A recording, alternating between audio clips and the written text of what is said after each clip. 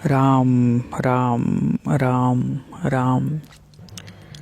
भगवान श्री राम के नाम का सुमिरन करते हुए ये हनुमान चालीसा साधना बता रहा हूँ। हनुमान जी प्रत्यक्ष देवता हैं, चिरंजीवी हैं, तब से ही हैं, विराजमान हैं, सदा जागृत हैं। हनुमान जी भगवान शिव के 11वें रुद्रावतार हैं, भगवान श्री राम जी के परम भक्त हैं, सिद्धि, बल, बुद्धि, भक्ति के दाता हैं, परम सात्विक देवता हैं। भक्त की पुकार पर तुरंत दौड़े चले आने वाले देवता माने जाते हैं, जो सब संकटों का, मुसीबतों का तुरंत नाश कर देते हैं।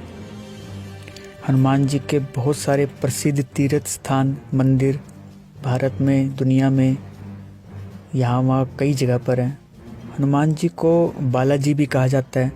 कहा जाता है कि हनुमान जी को बालाजी इसलिए कहा जाता है, या उन मंदिरों के स्थानों को बालाजी का मंदिर कहा जाता है जहाँ पर भगवान हनुमान जी के बचपन से संबंधित, बाल शब्द से बालाजी बना है, बाला, तो जहाँ भगवान के बाल रूप की पूजा होती है, या फिर वहाँ उनके बचपन से संबंधित वो स्थान कहीं ना कहीं किसी घटना से जुड़ा होता है, या उस स्थान को स्थापित करने वाले जो महाराज जी कोई साधु संत थे तो वो उनके बाल रूप को ज़्यादा मानते थे। हम सब जानते ही हैं कि हनुमान जी बाल रूप में बिल्कुल ही जागृत थे। उसके बाद ऋषियों के शराब के कारण उनकी शक्ति सो गई थी और वो जगानी पड़ती थी, जो याद दिलाएगा फिर जाग जाएगी। बाल रूप में ऐसा नहीं था, इसीलिए हनुमान जी के बाल रूप वाले मंदिर या स्थान ज़्यादा प्रसिद्ध है, क्योंकि वहाँ पर जल्दी तुरंत भक्तों की पुकार भगवान के द्वारा सुनी जाती है। हनुमान चालीसा तुलसीदास जी के द्वारा रचित है। तुलसीदास जी की अवधि में लिखी हुई है, कालजयी रचना है, सर्वाधिक प्रसिद्ध है। किसी भी कवि के द्वारा, लेखक के द्वारा कोई भी रचना लिखी गई हो और उसमें सबसे ज़्यादा प्रसिद्ध, जो घर घर, गली गली, मोहल्ले मोहल्ले, बंदे बंदे की जुबान पर अगर कोई रचना है जो उसे कंठस्थ है, तो उसमें पहले स्थान पर हनुमान चालीसा का ही स्थान आता है। ये जो साधना है हनुमान चालीसा की, इसकी पूर्व तैयारी थोड़ी करनी है। पूर्व तैयारी में सबसे पहले तो यही है कि कम से कम 2 दिन पहले ये जो साधना है वो हमें मंगलवार या शनिवार को करनी है। शुक्ल पक्ष को करें, यानी कि जब पूर्णिमा आने वाली हो, ना कि पहले अमावस्या आने वाली हो। जब पहले अमावस्या आने वाली हो उसे कृष्ण पक्ष कहा जाता है, और जब पहले उस दिन के बाद से जब वो पूर्णिमा आने वाली है वो शुक्ल पक्ष है। तो शुक्ल पक्ष के मंगलवार को या शुक्ल पक्ष के शनिवार को ये साधना करें। सुबह भी की जा सकती है, पर ज़्यादा प्रभावशाली ये शाम के वक्त की जाती है। इसके अंदर आपको पूर्व तैयारी में कम से कम 2 दिन पहले, समझ लीजिए रविवार से ही, आपको ब्रह्मचर्य का पालन शुरू कर देना है। सोमवार के दिन जो है वो भगवान शिव से प्रार्थना करनी है कि कल जो मैं हनुमान जी की पूजा करूंगा उसमें आप मेरा मार्गदर्शन करें और मुझे सफल बनाएं, ऐसी प्रार्थना करें। सोमवार से ही आपको लहसुन प्याज आदि का त्याग कर देना है, जो लोग खाते हैं। हनुमान जी को मानने वाले, हनुमान जी के भक्त वैसे तो मांस, मच्छी और शराब वगैरह नहीं पिया करते, नहीं लिया करते, तो उसका तो कहना ही क्या कि वो ना लें, वो तो मैं क्या कहूँ, क्योंकि हनुमान जी को मानने वाले पहले से नहीं लेते होंगे। लेकिन लहसुन प्याज भी जो लोग ले लेते हैं, बहुत सारे हनुमान जी को मानने वाले नहीं लेते होंगे, फिर भी यदि कोई ले लेता है तो वो एक दिन पहले ही असात्विक भोजन को वो छोड़ सकता है, छोड़ देना चाहिए उसको। एकांत कमरा, जो आपका पूजा रूम है, जो थोड़ा शांत हो, थोड़ा एकांत हो, यानी कि किसी का आना जाना वहाँ पे लगातार ना लगा रहे, ताकि डिस्टर्बेंस ना हो। शुद्धता का बहुत ध्यान रखें, पवित्रता का बहुत ध्यान रखें। गोझरण, जिसे गोमूत्र कहते हैं, और गंगा जल का वहाँ छिड़काव कर लें 15-20 मिनट पहले ही अपनी पूजा शुरू करने से। शाम को स्नान करें ये पूजा शुरू करने से पहले, और अच्छे स्वच्छ कपड़े पहने। कपड़े जो है आपको वो सफ़ेद रंग के या लाल रंग के ही पहनने हैं।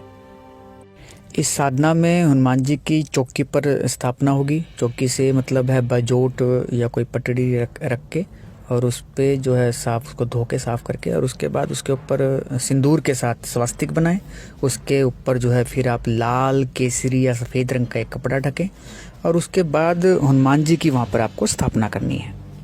हनुमान जी की जो प्रतिमा है आपको वो लेनी है जो आपके घर पे मंदिर में है, और प्रणाम करके लीजिएगा। और उसके बाद उन्हें स्नान करवाना है आपको गंगा जल मिश्रित पानी के साथ, और स्नान करवा के कपड़े के साथ उसको पोंछना है। और उसके बाद अपने उस कपड़े पर जो आपकी बाजोट के ऊपर जो आपने एक स्वास्तिक भी लगा के फिर कपड़ा बिछाया था, उस कपड़े के ऊपर जो हनुमान जी की स्थापना करनी है, वहाँ पर थोड़े से 2-4 चुटकी चावल बिना टूटे हुए अक्षत रखिएगा, और फिर हनुमान जी को वहाँ पर स्थापित कीजिएगा। हनुमान जी की स्थापना वहाँ करने के बाद उन्हें प्रणाम कीजिएगा। फिर उसके सामने आपको जो है वो एक प्लेट रखनी है छोटी, उस प्लेट पे भी आप स्वास्तिक बना लीजिएगा सिंदूर के साथ, और उस पर फिर आपको दिया रखना है। जो दिया है, जो दीपक है, वो आपको दोपहर में ही बना लेना है। आप शाम को पूजा कर रहे हैं तो दोपहर में ही आपको वो बना लेना है। 5 अनाजों से उनके आटे से उनको पीस कर और फिर वो आपको बनेगा। ये 5 अनाज हैं, गेहूँ, चावल, मूंग, उड़द और काले तिल। इन 5 को आप एक मिक्सर ग्राइंडर में, जो भी आपके घर जैसे अवेलेबल है, तो आप उसमें डालिएगा और डालकर उन्हें घुमा लीजिएगा। घुमा के फिर वो पिस जाएगा। जब ये आटा तैयार हो जाए उसमें थोड़ा पानी मिलाइएगा। पानी मिलाकर इसे गूंथ लीजिएगा, जैसे कि रोटी बनाने के लिए हम लोग आटा गूंथते हैं। तो उसके बाद आप ये एक दिया तैयार कर लीजिएगा। पंचमुखी दिया बनाना है, यानी कि वो जो दिया बनेगा उसमें 5 बत्ती लगेंगी रुई से बनी हुई, और वे 5 बत्तियां जो है 5 तरफ बराबर दूरी पर इसमें रखी जाएगी। चमेली के तेल का दिया ये आपको जलाना है। आपका खुद का आसन जिसके ऊपर आप बैठोगे वो या तो लाल रंग का होगा या सफ़ेद रंग का होगा, और जो दीपक है वो हनुमान जी के सामने रखना है, यानी कि आपके हनुमान जी के बीच में, जोट पर ही। एक कटोरी के अंदर सिंदूर ले लेना है, हनुमान जी वाला सिंदूर, और उसमें थोड़ा चमेली का तेल मिला लेना है। उसको जो है फिर आपको हनुमान जी के चरणों पर लगाना है, हनुमान जी के मस्तक पर लगाना है। चाहे तो हनुमान जी को केसर का तिलक भी लगा सकते हैं, और वरना फिर ये भी लगा सकते हैं। उसके बाद हनुमान जी को चढ़ाने के लिए, अर्पण करने के लिए फूल लीजिएगा। कमल का लिया जा सकता है, गेंदे के लिए जा सकते हैं, सूरजमुखी का लिया जा सकता है, या फिर हनुमान जी को चढ़ाने के लिए गुलाब के फूलों की माला बहुत अच्छी रहती है। हनुमान जी की मूर्ति स्थापित करने के बाद सबसे पहले तो आपको जो है हनुमान जी को प्रणाम करना है, और प्रणाम करने के बाद उनका आह्वान करना है, उन्हें प्रार्थना करनी है कि आप जो है विराजमान हो यहाँ पर आके। फिर वो दिया जो है, जो 5 बत्ती वाला दिया सामने रखा है, उसको आपने चमेली के तेल से भर लेना है, और फिर माचिस के साथ उसे जला लेना है। 5 बत्तियां जल जाएंगी। संकल्प करना है कि मेरा नाम ये है, मैं इस गोत्र से हूँ, इस परिवार से हूँ, यहाँ रहता हूँ, और आज इस तारीख को, इस वार को, इस दिन को मैं जो है इस निमित्त भक्ति के लिए प्रार्थना कीजिए कि मैं ये साधना शुरू कर रहा हूँ, और आप मेरी साधना को निर्विघ्न पूरा करवाइएगा। 5 जोत जल जाएं तो दीपक को प्रणाम कीजिएगा, और उसके बाद फिर आपको अपनी माला लेनी है। पहली माला जो है आपको गुरु मंत्र की करनी है आपने अगर किसी भी गुरु से, साधु महात्मा से गुरु मंत्र लिया हुआ है तो सबसे पहले उसकी माला करें। गुरु मंत्र आपने नहीं लिया हुआ है तो आपको जो भी देवी देवता सबसे अच्छे लगते हैं, आप जिन्हें अपना इष्ट मानते हैं, उनके मंत्र की माला कीजिएगा। गणेश जी के एक मंत्र की माला कीजिएगा, 1 माला। उसके बाद राम नाम की माला कीजिएगा, 1 माला, 2 माला। उसके बाद 1 माला हनुमान मंत्र की कीजिएगा। फिर 1-2 माला हनुमान जी के बीज मंत्र की कीजिएगा। ये सभी मंत्र स्क्रीन पे आ रहे होंगे साथ साथ। उसके बाद आपको सबसे पहले राम रक्षा स्तोत्र का 1 पाठ करना है। इसका पाठ आप जो है वो संस्कृत में करें। उसके बाद आपको हनुमान चालीसा शुरू कर देनी है। हनुमान चालीसा का जो संकल्प है वो आपको पहले जो संकल्प के दौरान कर लेना है कि आज आप जो बैठे हैं साधना के लिए, उसमें आप कितनी हनुमान चालीसा पढ़ेंगे। कम से कम 11 या फिर 21, 51, 100 या 108 पाठ आप जरूर करें। ये पाठ अखंड रहेंगे, यानी कि जो ये साधना है इसमें आपको बीच में उठना नहीं है, चाहे कुछ भी हो जाए। आप अपना टॉयलेट, बाथरूम आदि जो है सब अपना पहले ही करके बैठिएगा अच्छे से। जो आप पाठ कर रहे हो हनुमान चालीसा के, तो उनको गिनने के लिए वैसे तो सबसे अच्छा तरीका यही रहेगा कि आपको मान लो 108 पाठ करने हैं, तो आप 108 फूल एक प्लेट में रख के पहले अपने पास रखिएगा। जैसे ही एक हनुमान चालीसा का पाठ हो जाए तो आप 1 फूल लेके हनुमान जी के चरणों में चढ़ाइएगा। फिर दूसरा पाठ हो जाए दूसरा चढ़ाइएगा। ऐसा कर लीजिएगा, सबसे अच्छा तरीका है। या फिर कोई भी और किसी साधन से आप गिनना चाहें तो गिन लीजिएगा। कहते हैं कि कोई भी जप है या ऐसा इनका जो गिनती है वो कभी भी हमें अनाज के किसी चीज़ से नहीं करनी चाहिए।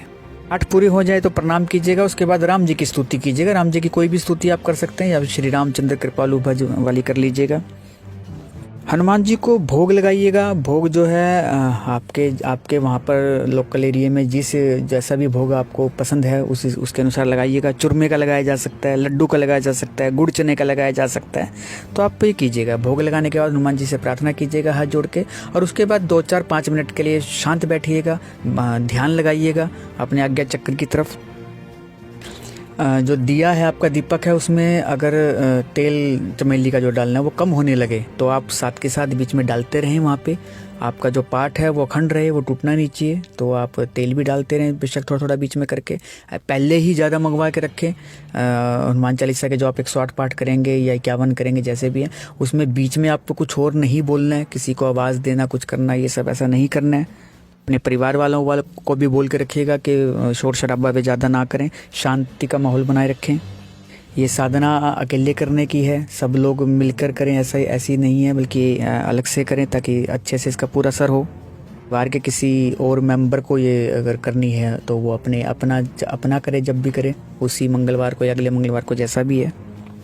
आप हनुमान जी को कोई फल जैसे केला है, सेब है, अनार है, जो भी है वो भी आप अर्पण करें। कुछ लोग हनुमान जी को चोला चढ़ाते हैं, उनके परंपरा जैसी होती है, तो वो चोला भी चढ़ा सकते हैं। पूजा से पहले जो है आप अपनी कुल देवी देवता जो भी आपके हैं उन्हें भी बिल्कुल ज़रूर प्रणाम कर लीजिएगा। आपका जो घर में मंदिर है वहाँ पे भी जो भी भगवान की देवी देवताओं की मूर्तियाँ रखी हैं उन्हें भी बिल्कुल प्रणाम कर लीजिएगा। बहुत ही शुद्ध और सात्विक साधना है, बहुत ही अच्छी रहती है। आपको कोई विघ्न है, समस्या है, केवल उसके लिए ही करें, कोई मुसीबत से बाहर आने के लिए ही करें, ऐसी बात नहीं है। अपने मन में भक्ति बढ़ाने के लिए, जो आपके गहरे मन की जो गांठें हैं उन्हें खोलने के लिए, कर्मों के बंधन काटने के लिए, आगे साधना में या ईश्वर के रास्ते पर मार्गदर्शन करने के लिए, भगवान से लेने के लिए, हनुमान जी से। तो ये बहुत ही अच्छी साधना है, बहुत मन को सात्विक बनाएगी। बुरे विचार जिनको आते हैं, स्वप्न दोष आदि जिनको रोग होते हैं मन के, उनके लिए तो बिल्कुल रामबाण है ये साधना। 1 दिवसीय है ये साधना। इसी साधना को जो लोग अनुष्ठान के रूप में करना चाहते हैं तो बिल्कुल ठीक है, 41 दिन तक कीजिएगा। जैसा आपने ये 1 दिन किया है, यूं का यूं आपको हर रोज़ करना है। मंगलवार को शुरू किया है तो बुधवार को भी, वीरवार को भी, फिर लगातार रहेगा 41 दिन तक बिना रुके आपको साधना करनी है। तो इससे ये हनुमान चालीसा का अनुष्ठान हो जाएगा। अगर आप 1 ही दिन के लिए करते हैं तो ये हनुमान चालीसा की 1 दिन की साधना हो गई है। इसी को आप अनुष्ठान भी बना सकते हैं। 41 दिन का अनुष्ठान इसका माना जाता है इस तरीके से हनुमान चालीसा का। जब आपका ये सब प्रोसेस, ये कार्य जब सब संपन्न हो जाए, उसके बाद जोर से हनुमान जी का जयकारा लगाइएगा। बोलो सच्चे दरबार की जय, श्री राम दरबार की जय, जानकी मैया की जय, राम जी की जय। आप इस तरीके से अपने हनुमान जी से संबंधित जो रामायण के पात्र हैं उन सब का जयकारा लगाइएगा, अच्छे से प्रणाम कीजिएगा। और वहाँ से फिर जो है अपना भोग वगैरह आपने लगाई दी है तो फिर आप अपने वहाँ से अनुष्ठान पूरा करके चले जाइएगा। जो प्रसाद है वो अपने फैमिली मेम्बर्स में सब में बांटिएगा। प्रसन्नता पूर्वक, चेहरे पर प्रसन्नता बनी रहे और सबको जय श्री राम कहते हुए आप प्रसाद दीजिएगा। और फिर जो है वहाँ पे शांत रहिएगा। उस रात जब आप सोएंगे तो भी शांति से अलग से सोइएगा।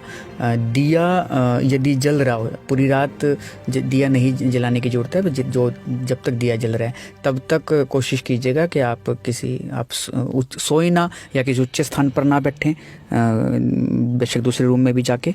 तो इन छोटी छोटी बातों का ध्यान रखिएगा। बढ़िया साधना है, करके देखिएगा। हनुमान जी की कृपा, भगवान श्री राम और सीता मैया के चरणों में भक्ति बढ़े, उसके लिए बहुत ही बढ़िया ये साधना है। बोलिए।